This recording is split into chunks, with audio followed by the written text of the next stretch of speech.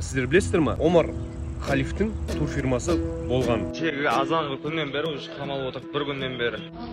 Қазір нәбеттерді сөйке мана, оңасқанадан ештеңе жоқ. Алдыңғы күн азан тамақ берген жоқ. 2 күн милицияда жүрдік, дұрыс па? 2 күн милицияда жүрдік. 120 қазақстандық қажыларымыз Меккеге барып ақшасын төлесе де түрмеге жатып, тамақтан алмай, ауырып сырқаттанып жатыр екен. Бұны естіп, біздің жүрегіміз ауырды.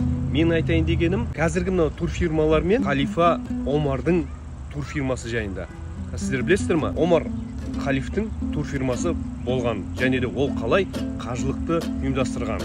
Білмесеңіз, онда естіңіздер, айтып берейін. Халифа Омар әр жылы адамдар жинап қажылыққа апарған. Сол кезде өзі белгілі бір мөлшерде ақысын алған.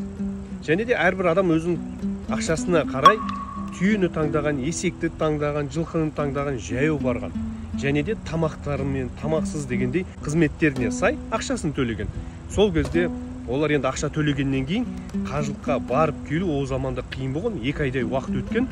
Сол 2 айда олар өзінің шағымдарын Омарға айтқан екен. Ол кезде халифа Омар болса да, олардың шағымдарын естіп, шағымдарын жөндеп беріп отырған. Яғни, мына сенің түйең ақсақ екен, мына есегің жүрмейді екен десе, ауыстырып беріп, болмаса тамақтарын жөндеп беріп отырған екен.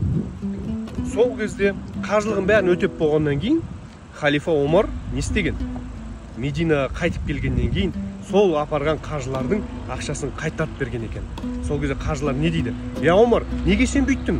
Неге сен біздің ақшамызды қайтарып беріп жатсың десе, сол кезде халифа Омар былай деп айтады. Негізгі менің ниетім сіздерді тегін апарып, тегін алып келу болған. Бірақ та мен егер де тегін апаратын болсам, сіздерге мінген көліктеріңіз, яғни түйе, ат, есектеріңіз, немесе жеген тамақтарыңыз ұнамаса, онда маған ұнамағандықтарыңызды айтпайтын едіңіздер дейді.